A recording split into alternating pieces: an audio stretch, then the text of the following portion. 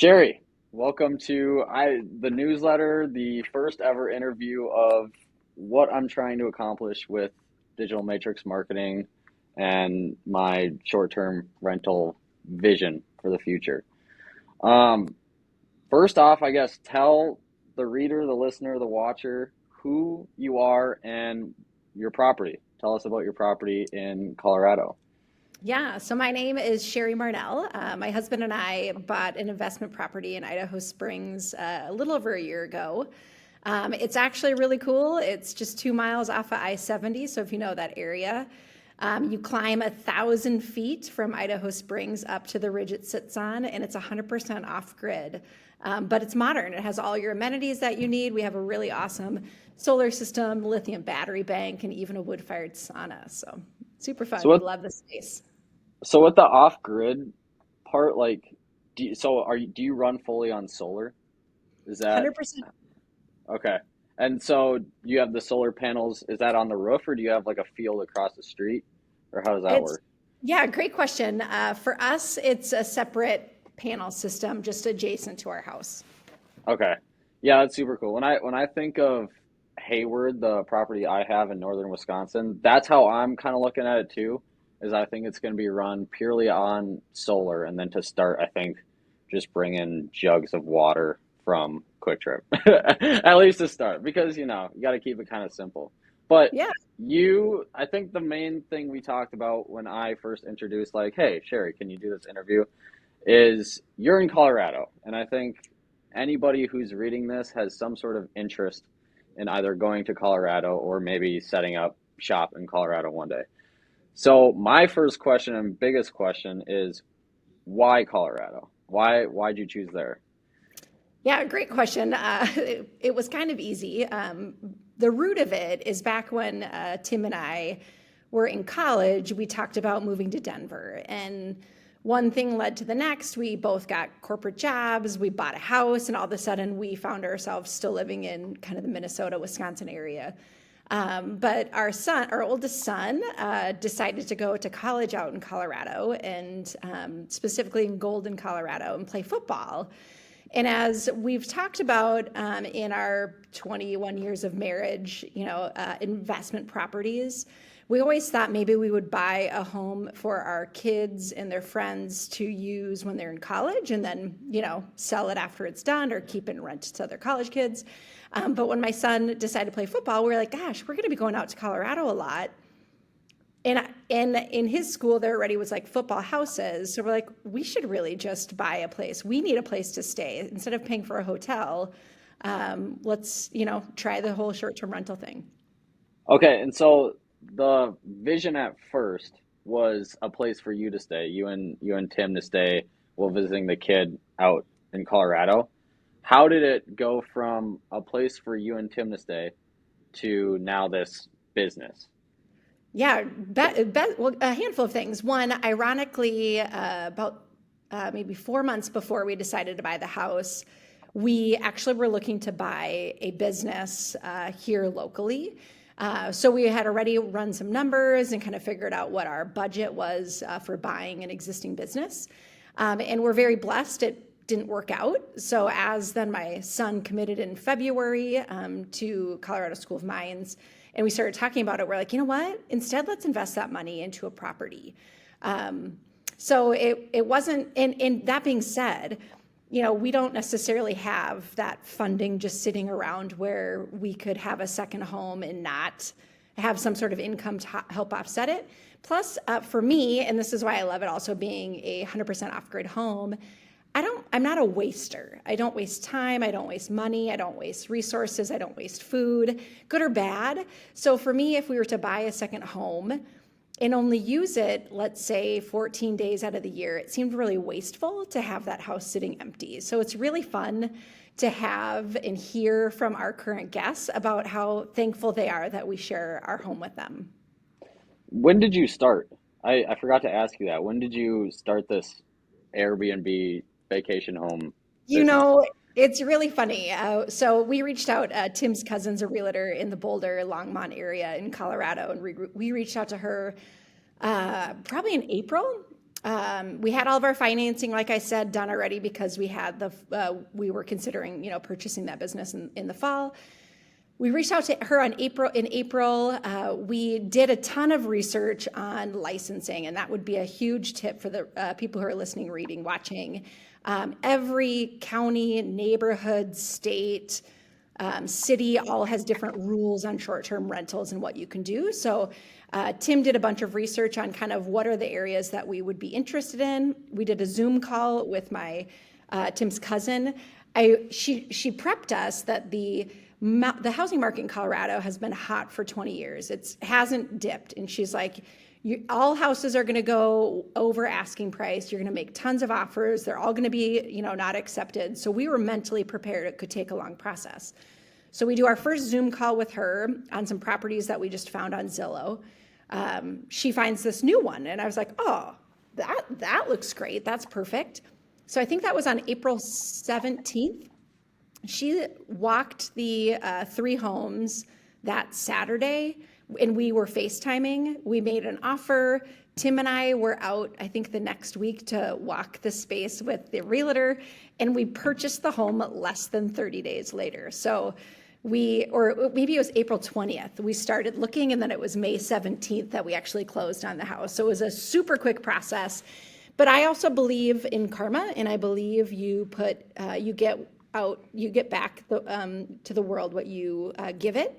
And we continue to just pinch ourselves with how blessed we are and how the situation worked out and whatnots. Because what we, again, lucked out on is it wasn't listed as a short-term rental. It was listed as a regular home. I did some research when I found it, and it was an existing Airbnb. And the county that we're in limits the number of licenses you can do for short-term rental, and it had already maxed out. So if we would have found a house in that area, we would have been put on the wait list and had no idea. But the previous renter or the previous owner's real estate agent didn't know that you can transfer the license. And in our research, we knew you could.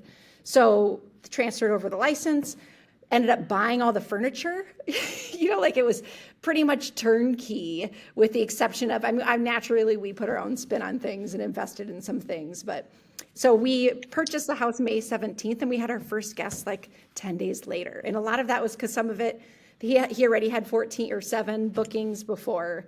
And that was part of kind of the negotiation of buying it too, if possible. So long story short, but it was a lot quicker than most people should expect. Well, no, that's kind of how it went with Hayward too. Is I had gone up in the winter for whatever reason, and drove past the property. I think it was this time. And I drove past the property and I was like, that doesn't look bad. And so I came back, I went on Zillow or whatever, database, and looked it up and put an offer down almost immediately. I was just like, sounds great. Like, I will tour it next weekend, but I'm going to put down an offer because Hayward's also kind of a hot market right now. And somebody got it before I did, and then they backed out. And then, like, I had just looked at this once. There was 2 feet of snow when I looked at it, and I was like, you know what, go with my gut. Let's close this thing. And now it's all working out. But so I want to go back to the license thing because that's super interesting. That's something I don't know a ton about yet. Would you say that a limited amount of licenses contributes to a higher occupancy rate with your Airbnb? Like, do you see that as a beneficial thing? It's definitely a beneficial thing from a competitive standpoint, for sure. It could be a reason why you go into an area is that you don't have unlimited. You think of like high, like I'm going to just throw out like Miami. For some reason, that was the first thing that came out to me, right? A high kind of vacation spot. And if there's unlimited, permits or licenses for that space, then your competition is going to be a lot higher, and you really have to differentiate yourself. Where ours, because it's limited, allows us to, have a little bit more of a niche. Okay. What's the major attraction? Because with Idaho Springs, and I'm going to circle back to this license thing again, because I don't believe Dillon, the town kind of down 70 from you, I don't believe they have any restrictions on anything. And They because might. every time I look in Dillon, I'm like, Jim and Joe are renting out their one bedroom, 200 square foot thing for like $50 a night. And I was like, there's no way there's licenses in this town. But with Idaho Springs, I think, would you say the reason you bought in Idaho Springs is because it was kind of there? Like the opportunity was kind of there? And then, like, what would bring somebody to Idaho Springs? Because you're kind of far away from skiing. Yeah, yes and no. So I would agree with you on Dylan. So historically, when we would go to Colorado, because we're a ski and snowboard family, right? So that's also a Hmm. key reason why we chose to invest. We would stay in the Dillon, Silverthorne, Frisco kind of area, just depending on kind of what was available when we were looking. So when we were trying to figure out where our investment property was, we knew we wanted to be within 30 minutes of Golden, Colorado, because that's where my son's playing football. Yep. And we actually weren't looking in Idaho Springs because we already knew that all of the permits were taken, and we didn't have the financial means to sit for maybe a year waiting for a permit to open, right? Because they have no idea when there's going to be more building, or Hmm. there's no crystal ball. But what actually is interesting to me that was unpredictable, or I didn't realize, is a lot of our guests are there for weddings. So we have a lot of really great wedding facilities in Idaho Springs. We have one that's off grid, which I think is really cool, especially with our house being off grid.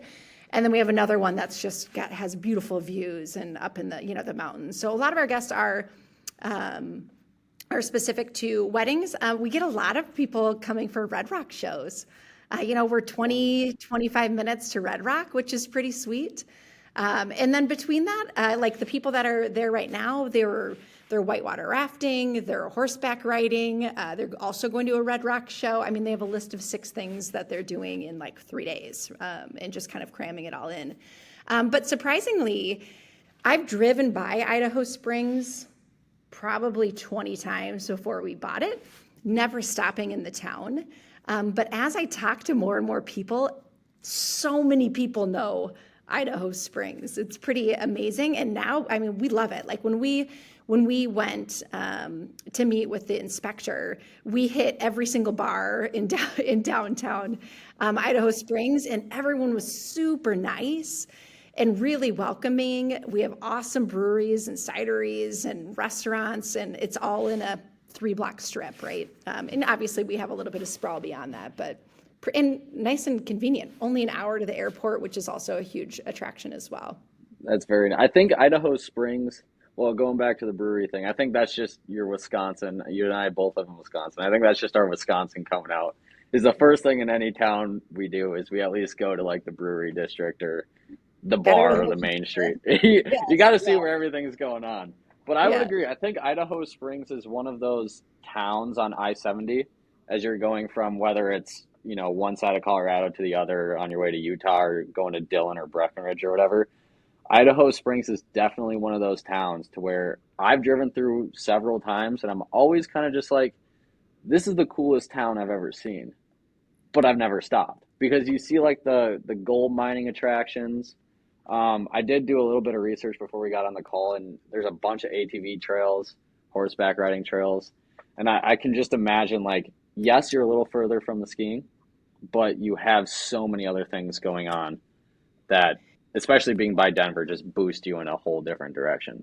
Well, and to be on the east side of the Continental Divide or the Eisenhower Tunnel, surprisingly, in my research before we made the offer, I was surprised to see that peak time is actually summertime for us. So we thought too would be similar to the Dillon Silverthorne area because other side of the Eisenhower Tunnel is all winter ski and like dead in the summer, where the east side of the Eisenhower Tunnel total peak time. I mean, like August, July, I think we had maybe 3 days that weren't booked. August is pretty similar too, where winter has just been a little bit more of a dip, but pretty consistent as a whole. So being this far away, I mean, we're about 1,000 miles away from that area. Being this far away, how do you manage the property? Yeah, great question. We really, and that's my biggest focus. So I have my PhD in business. Leadership and innovation is what my research is on. So leadership is a huge component of who I am and how I operate. So I knew right away I needed to establish a solid team, right? I needed multiple people to be able to call on and, have in my back pocket. So luckily, again, you would have thought because it was an existing short-term rental that it would be even that turnkey. However, the cleaning team was not transferable. It was the owner's mom who was cleaning, who moved, it just didn't work out. And to me, that's your biggest component for your short-term rental. If you don't have a cleaning team, you don't have a business. And Yeah. I can't, just fly over there or whatever. So that was my biggest priority. So it was, reaching out to the social media world and finding out who is, some good reputable cleaners, doing interviews and things like that. And then when we bought the house and we moved in, we did an open house. So we brought our whole team to our house, brought some Wisconsin bratwurst, some spotted cow beer, invited our family that's in that area or whatever, and just kind of tried to create a good culture for, supporting us, and then just obviously treating them like amazing people. Like we literally were just there this weekend, and our house team took us fishing, and just, again, they're just good people, and we want them to treat our space. They'll never treat it like it's theirs, just because that's another tip too. You might want a pillow in a certain spot or a blanket over a certain spot, and it's not their house, right? They're not going to treat it quite that same way, but you ultimately want them to take care of your space just as you would. And we totally lucked out. And this is actually our second cleaning team. Our first cleaning team was awesome, but their business model shifted in a direction that wasn't our business model. So we've now been with this cleaning team, which is a husband and wife team, since November is when we changed, but yeah. So you just found people through social media and hired them and invited them over, kind of set that culture from the get-go, and then, had that buy-in and. Yeah, and it's funny, this cleaning team, or I call them the house managers. Like I said, I interviewed them in October. I think they started October, November. My husband hadn't met him until literally this weekend, right? So it's a lot of us texts and phones because we're not in that area. And when my husband has went out between now and then, you don't really see the house team because they're doing other things and you're doing other things or whatever. So it was really fun for Tim to be able to meet them this weekend. So you talk about, you say they didn't fit the business model. And to me, I'm kind of thinking in my head, I'm like, so that means maybe there's more to come. Like, do you foresee, so you're in Idaho Springs now, and remind me, you said May, was it May this year? Last year, so a little over a year. Okay. Yep. I think I missed that when you mentioned it earlier, but so May last year, so you're a year and some change into this. Are you going to grow this? Like, what's the plan? Where are you going from Idaho Springs? Who knows, right? Tim and I talk a lot we like to talk, right? And dream, stuff like that. I think this has definitely opened our eyes to a potentially different type of retirement. So my husband and I love being outdoors. We love traveling. We've talked about historically being nomads when we retire. So we've been very fortunate. We're savers, right? We don't waste anything, like I said. And we were both corporate for most of our careers. So we just save. So we're sitting in a good financial spot for retirement where we plan to retire in our early 50s. And when I say retire, I mean have the opportunity to potentially pivot what we're doing and not have to bring in so much income. So the plan was always, once our youngest son gets out of the house and into college, that we were going to pivot our lifestyle and become nomads. We'd sell our house and kind of just go wherever the wind took us and stay wherever we want to stay. With this model, it's really made me wonder if we then end up buying just a couple of different houses in different locations. And maybe we don't only stay in those houses. Maybe we end up, bartering or trading. And we are already in this industry working on bartering and trading with people, which is really great too. Like, hey, you stay in my house, I'll stay in yours, and things like that. And there's websites and businesses that help you connect people in that way. But it'll be interesting to see if that's what we'll do. But for now, I've got 7 more years until that happens. But I would love to potentially open a second location where there's ocean. Okay. Ideally. Okay. I would love it to be out of the country. That makes my husband a little bit nervous, just because that's a whole different business, right? Is Yep. you know, different culture, different trade. But we'll see where that goes. But it is a lot of work and stress. Like I said, I get really nervous from my house team if they were to get sick or whatnot. What are we going to do? And again, we have backup plans, but that doesn't mean that's always going to work. So for now, we're testing this model, but I envision us probably investing in another property that we can also share with other people. Okay. And so when it comes to, you got to pay your people, you got to pay your mortgage, you got to pay property taxes, I assume. Do you take anything each month, each quarter, each year and put it in your pocket from the house? Or do you just put it back into the property or into your beach house fund or Winnebago or whatever? Like, Yeah, how do you calculate that?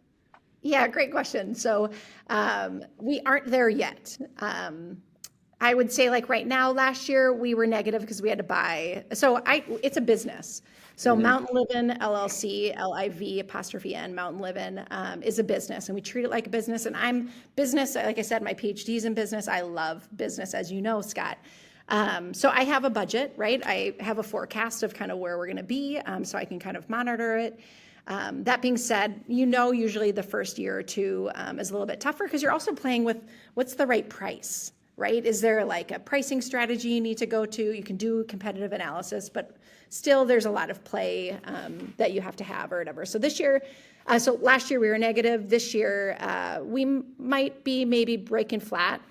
Our goal is just to help offset some of the bills. In a perfect world, it'd be great to be income, but naturally when those mortgages and stuff like that go away, that will then be residual income that was kind of part of our retirement plan anyway. So it's kind of a fun model that way. So that being said, we've also been advised, and talk to your own CPA, but we've been advised to not pay ourselves, but instead use the any excess funding to offset, whatever expenses they have. And a lot of that's just because we set up as an LLC and not an S corp. So if we start paying ourselves, we've got to pay taxes and Medicare, Medicaid, and stuff like that. And again, we're not even making money right now to be in that point, but that's what we've been advised. Well, it's just I think it's kind of just basic like financial knowledge is like if you have a mortgage and you have all these bills and to a certain extent you're kind of in debt, I guess. Like it's just best to if you're making like profit off the rental, throw it back so you can lower that mortgage term and pay it off quicker, and then you'll just get higher returns later on down the road. Well, and what I would tell any business owner that owns a piece of property is you should always save for reserves, right? So you should, if you have capital, whether it's property or capital, maybe it's equipment or whatnot, you should be saving every year or every month the amount of money to replace whatever, like let's say in this example, a roof. So if we know we need a roof in 10 years and it's going to cost us $20,000, that's $10,000 or $1,000, whatever the math is, right? $20,000 over 10 years, that's $2,000 a year that we then are saving that divided by 12 every single month. So by the time we actually need the roof, we've got the cash for it, and then we're able to pay. Same with some of those larger appliances, but you should always build a reserve account. We're not there yet. So that's where if and when we have interest or any positive, we would add that to the reserve account. Then it can grow, ideally high interest. I'm just gonna for the Al, the guy editing this, I'm just gonna say Al just clip that whole section and just timestamp that because that was super valuable.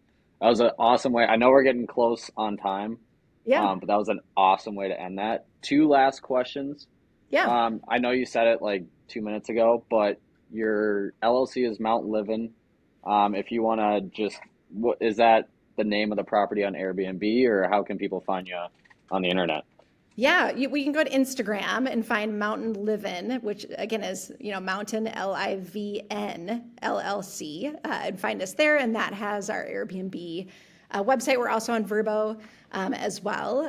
You should be able to, even if you were just to search Idaho Springs, 100% off grid. You actually, that now is an option if you're looking for on Airbnb like a tree house. Now there's 100% off grid homes too, which is also a great attraction for a lot of people, especially in the Colorado area.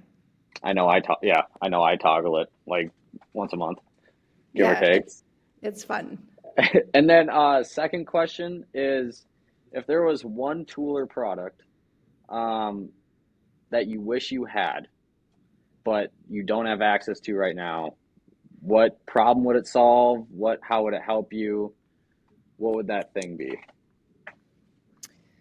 So I intentionally hired, going back to, so like I said already, your cleaning team is, you do not have a business without a cleaning team. No one wants to go into your house if it's dirty or someone didn't wash the sheets before you or whatever, right? I intentionally didn't hire a cleaning service because I like, one, supporting the small business, but I do wish there was, and this might be a dream of my house team. I know that was kind of a dream of the team that I had to let go, that there is, let's say 6 people, and there's then just some confidence that I always have somebody that's going to be there to clean the house. But I would love that if I just was able to, because what the business model my previous house team went into is they wanted to take over the property management, which is like the customer service and whatnot. And that wasn't, which means I give up a significant amount of my, what I collect to them. One, I don't have that financial piece. And two, I really like the customer service side and taking care of our guests. Where it'd be nice if there was that option just for cleaning. Okay. Okay. Super interesting. Yeah, because like as a marketer's lens, it's a bad idea to guess what people would want. And so I always like to, I don't know, I'm just interested. As I'm getting into the industry and as like a marketer, I'm just like, what would change people's lives out here, you know? Um, Sheri, thank you so much for being my first ever guest. I had a ton of fun. This was super awesome. Um, and you're right down the hall, so I'll talk to you in a little bit. Sounds good. Glad to help out. I could do this for hours, Scott. So That's what I'm thinking. Yeah.